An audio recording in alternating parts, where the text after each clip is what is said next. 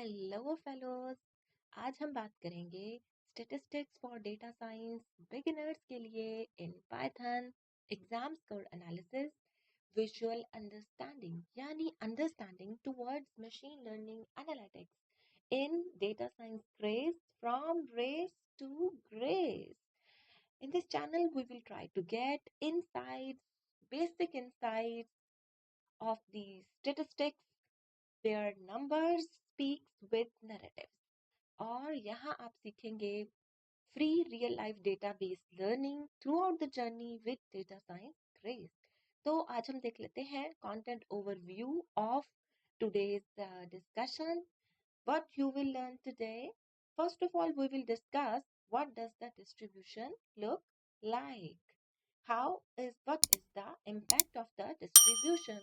For example, for the two unique cases, when students have same marks, it means a kind of unrealistic data without any variation. And when students have different marks, realistic approach, have variation, looks natural. इसका मतलब ये कि दो unique cases हम यहाँ देखेंगे जिसकी distribution हमें डेटा में नजर आती है, यानी डेटा एक डिस्ट्रीब्यूशन शो करता है जब हमारे पास कोई वेरिएशन ना हो और जब हमारे पास बहुत सी वेरिएशन हो, यानी नेचुरल वेरिएशन हो. तो इस तरह का डेटा हमारे पास नेचुरल डेटा होता है. तो मजीद हम इसकी डिटेल इंटरप्रिटेशन देखेंगे इन तमाम तर केसेस की, खास तौर पर विदाउट काउंट्स, और फिर उसका हम कंक्लूजन भी स्टडी करेंगे. और इसके अलावा हम डिटेल इंटरप्रिटेशन देखेंगे एग्जाम स्कोर डिस्ट्रीब्यूशन की विद काउंट्स एंड परसेंटेज, यानी एक मर्तबा हम सिर्फ काउंट्स को स्टडी करेंगे और दूसरी मर्तबा हम काउंट्स के साथ परसेंटेजेस को भी देखेंगे.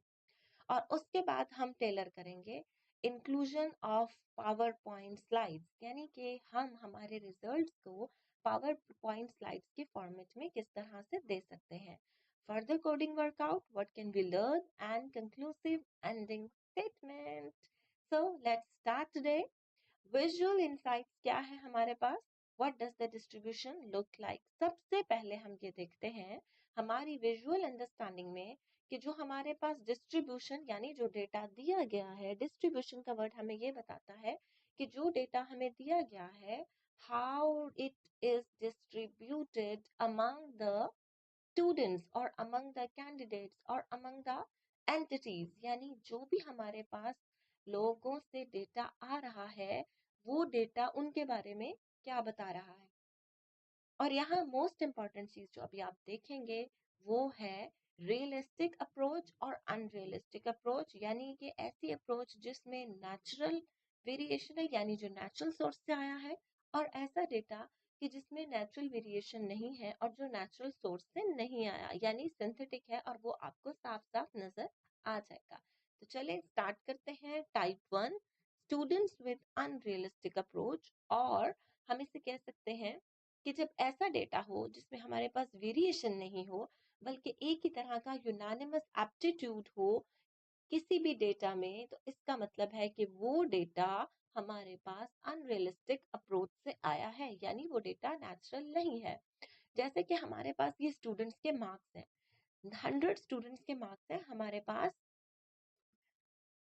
पास ये 100 स्टूडेंट्स के मार्क्स हैं, और आप देख सकते हैं कि ये मार्क्स 0 से लेकर 99 यानी 100 मार्क्स हैं, यानी किसी किस्म की कोई वेरिएशन नहीं है. सिर्फ एक नंबर दूसरे नंबर से एक नंबर बढ़कर जंप कर रहा है और कोई भी नंबर रिपीट नहीं हो रहा. और अब अगर हम इसकी विजुअल अंडरस्टैंडिंग देखें तो ये हमें कुछ इस तरह का ग्राफ देगा, यानी कि 0 से 1 तक, यानी 1 जो है, आप देखें सबके सब नंबर्स आपके पास एक ही तरह का काउंट शो कर रहे हैं, यानी जो फर्स्ट 10 नंबर्स हैं वो एक मर्तबा आपके पास आ रहे हैं. और इस तरह यानी आपके पास जो डिस्ट्रीब्यूशन आएगी इस तरह के नंबर से वो आपके पास हर तरह, यानी कि इनको हमने शो किया है हिस्टोग्राम से. हिस्टोग्राम बुनियादी तौर पर छोटे छोटे बार्स होते हैं, बाज़ोकात इन्हें एक दूसरे से जोड़ भी दिया जाता है, जो शो करवाते हैं कि how many students fall into each score range, यानी हर स्कोर रेंज में कितने स्टूडेंट्स फॉल कर रहे हैं. अब अगर आप इसे गौर से देखें तो आपको पता चलेगा कि the bars are almost even in height across all ranges. The mean students are uniformly distributed. Scores are balanced from low to high, and there is no spike, no cluster. So the data set has no clear peak or mod नहीं है इसके अंदर. And visual confirms that the statistics told us large spread, no dominant group. यानी कि इसमें आप देख सकते हैं कि आपको कोई डोमिनेंट ग्रुप नहीं नजर आ रहा, आपको कोई क्लस्टर नजर नहीं आ रहा, और आपको तमाम तर स्टूडेंट्स एक ही जैसे, यानी आप ये देखें ये हमारे पास रेंजेस हैं, जैसे 0 से 10 तक एक रेंज है. इस 10 तक की रेंज में जो हमारे पास मार्क्स आ रहे हैं वो 10 है. ये देखें 10 यहाँ पे इस बात को शो कर रहा है. इसी तरह फिर नेक्स्ट हमारे पास जो रेंज है वो हमारे पास 10 to 20 है. अब ये देखें नेक्स्ट हमारे पास 10 to 20, आपके पास ये देखें 10 to 20 यहाँ तक. तो यानी नेक्स्ट फिर आपके पास 10 मार्क्स हैं, 1 2 3 4 5 6 7 8 9 और ये 10. अब 10 तो चूंकि पिछले वाले में ऐड हो जाएगा, तो लिहाजा यहाँ पर आपके पास यहाँ तक. तो यानी इस तरीके से आपके पास हर इंटरवल में आपके पास इक्वल डिस्ट्रीब्यूशन ऑफ मार्क्स है. और ये हमने देखा हिस्टोग्राम से, यानी कोई इनकी हाइट में तब्दीली नहीं है, यूनिफॉर्म डिस्ट्रीब्यूशन है, किसी भी किस्म का कोई एक क्लियर पीक नहीं है डेटा में, यानी कि कोई भी एक ऐसा नंबर नहीं है जो आपके सामने ज्यादा काउंट शो करे. जैसे कि यहाँ पर हर नंबर आपके पास, यानी कि हर इंटरवल में 10-10 स्टूडेंट्स हैं, यानी 10 काउंट्स है. अब आप सोच रहे होंगे कि अगर ये सारी चीजें किसी डेटा में पूरी हों तो वो डेटा सेट कैसा होगा. तो आए आपको अब रियलिस्टिक अप्रोच दिखाती हूँ. एक नेचुरल डेटा जो कि हमारे पास स्कोर्स का डेटा है, मार्क्स का डेटा है 100 स्टूडेंट्स का, जिसमें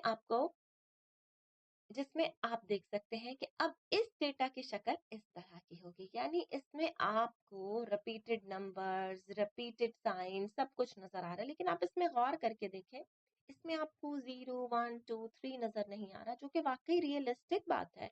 यानी कि जब एक ऐसी क्लास है जिसमें बच्चे पढ़ते हैं, जिसमें बच्चे सीखते हैं, जिसमें बच्चे परफॉर्म करने की कोशिश करते हैं, वहां वो पासिंग के करीब हो सकते हैं, लेकिन बिल्कुल ही जैसे कि 25, ठीक है, या फिर बहुत अच्छे मार्क्स ले सकते हैं जैसे कि 92, लेकिन ऐसा तो नहीं हो सकता इस चार्ट की तरह कि वो एग्जैक्टली 100 भी ले और एग्जैक्टली 0 भी ले और मुकम्मल तौर पर एक एग्जैक्ट काउंट शो करे. तो आइए अब इस डेटा का हम हिस्टोग्राम देखते हैं. तो exam score distribution with count and percentage, ये देखें, हाँ हाँ, अब ये इतना अच्छा हमारे पास शो हो रहा है.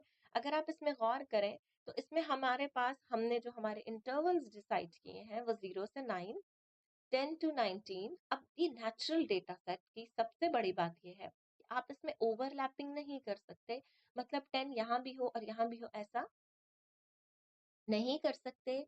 तो लिहाजा यहाँ पर क्या होगा, आपके पास आप यहाँ देख सकते हैं कि ये वाला जो इंटरवल है, चूंकि ये नेचुरल डेटा सेट है, इसमें सिर्फ एक स्टूडेंट है जो इतना कमजोर है कि उसने इस रेंज में मार्क्स लिए हैं. अब अगर आपके पासिंग मार्क्स स्टार्ट ही 40 से होते हैं तो इसका मतलब है कि ये 6 स्टूडेंट्स ऐसे हैं, here in your data there are 6 such students who got fail. But here we can see that if we notice the last intervals of the data set, like above 80 and above 90, then you can see that there are 11 students who scored very well marks, and most of the students are in range of 60 to 69.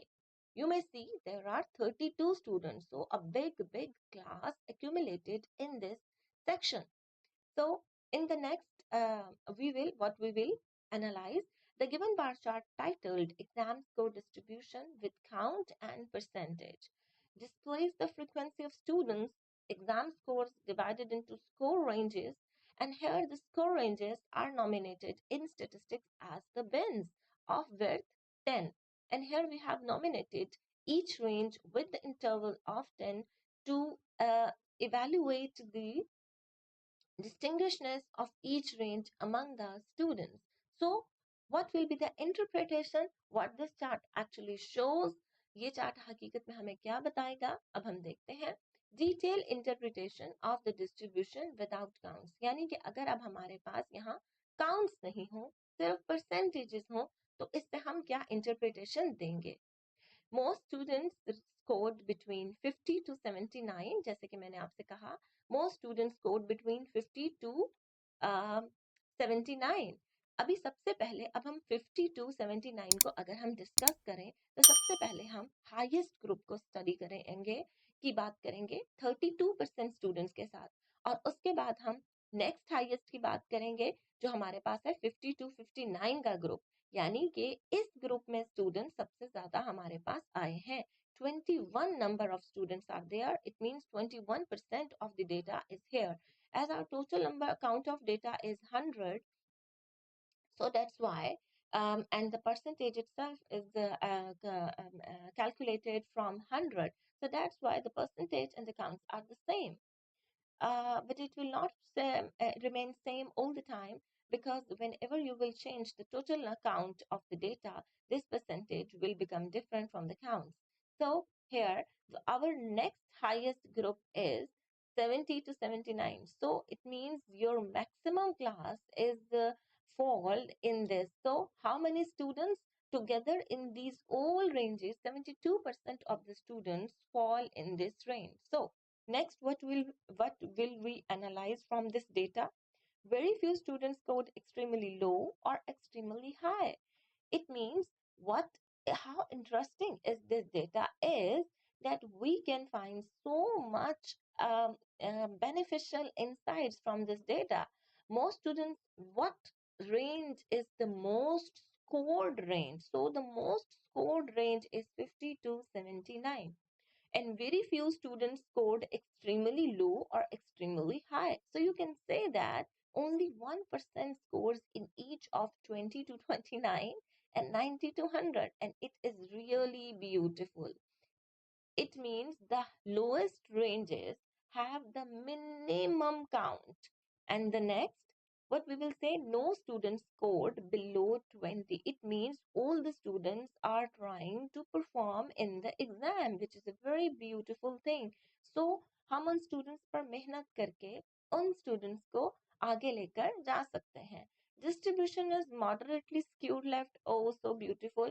Skewed का concept, अभी जो new beginners हैं, it will be a lot of new for all the beginners, but skewed का मतलब होता है किसी भी डेटा की डिस्ट्रीब्यूशन बताना, यानी डेटा ज्यादा जो अपना जो झुकाव है, यानी कि उसकी जो लॉन्ग टेल है वो किस तरफ है, यानी कि ये बिल्कुल आपके पास एसिमेट्रिक नहीं है, यानी राइट साइड और लेफ्ट साइड एक जैसे नहीं है, बल्कि the left side of the data is slightly prolonged in comparison to the right side of the data. So we can say that the data set is skewed to the moderately skewed to the left.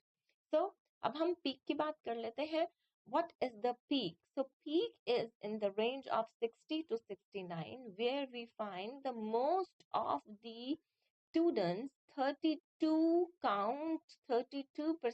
of the data accumulated in this group. So, and it is the most highest one. So we can say that the fashion of this score is lies in this peak, and scores topper off as we move to the higher rank, suggesting fewer higher performances. यानी कि आप देखें कि जैसे ही आप इससे आगे जाते हैं, यानी above आप you may see that 70 to 100 की जो डोमेन है आपके पास, इसमें आपके पास 70 to 100 की डोमेन में 11 और 19 आपके पास ऑलमोस्ट 30 स्टूडेंट्स हैं, और ये 30 स्टूडेंट्स आपको बता रहे हैं कि ये हाई परफॉर्मर्स आपकी क्लास के इस डोमेन में आते हैं. Lower tail is short with minimal frequency, showing that most students passed or did moderately well. यानी ये वही बात है कि हमें इससे अंदाजा हो रहा है, इस तरह के सेशन से आपको इस बात का अंदाजा हो जाएगा कि आपने इस तरह के डेटा सेट को किस तरीके से एक्सप्लेन करना है, क्योंकि जब तक आपको ये मालूम नहीं होगा कि इसकी एक्सप्लेनेशन किस तरीके से आ सकती है, तब तक आप अपने स्कोर्स को, अपने एनालिसिस को और आपके जो एनालिसिस है, आपके स्कोर्स हैं, नंबर्स हैं, वो आपसे क्या कह रहे हैं, आप उसको अच्छे तरीके से एक्सप्लेन नहीं कर सकेंगे। अब अगर हम इसे अपनी किसी रिपोर्ट में लिखना चाहें तो हम इसे किस तरह लिखेंगे, उसका भी एक लेआउट यहाँ दिया हुआ है। This distribution shows a clear peak in the 60 to 69 range, indicating that most students scored in the moderate range. The majority of scores fall between 50 and 79, reflecting a clustered and somewhat symmetric pattern around the middle. Extremely high and low scores are rare.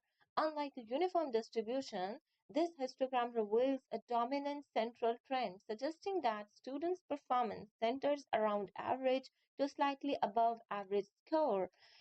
अगर आप इस तरह के marks के analysis में interest रखते हैं या आपका कोई ऐसा काम है, तो ये आपके पास एक कंक्लूसिव स्टेटमेंट के लिए एक टोटल टेम्पलेट आ गई है।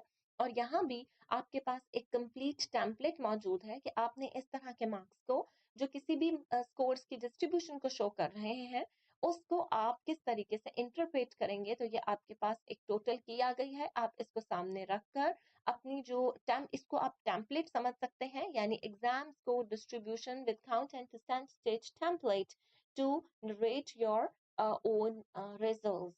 और इसके बाद अब हम किसकी बात करेंगे, अब हम बात करेंगे कि अब अगर हम काउंट्स के साथ, मैं आपको एक टेम्पलेट देना चाह रही थी कि एक प्रोफेशनल लुक लगे, आपने उसको अगर अपने एनालिसिस में किसी रिपोर्ट में सबमिट करना है, आप किसी ऑर्गेनाइजेशन में काम करते हैं, तो आपके पास एक बुलेट पॉइंट स्टाइल में एक अच्छी सी डेमोन्स्ट्रेशन होनी चाहिए जो easy to read, easy to understand and easy to narrate हो, इजी टू प्रेजेंट हो, जिसमें आप काउंट्स और परसेंटेजेस दोनों को एक्सप्लेन करें। So most common score ranges are, you will start by most common score range, performance clustering, low and high extremes, and distribution shape, and overall insights. You must आपको इस data set में से कम 5 तरह की findings अपनी report में highlight करनी चाहिए हैं।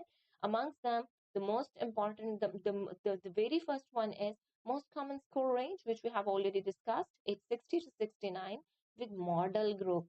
Here, the students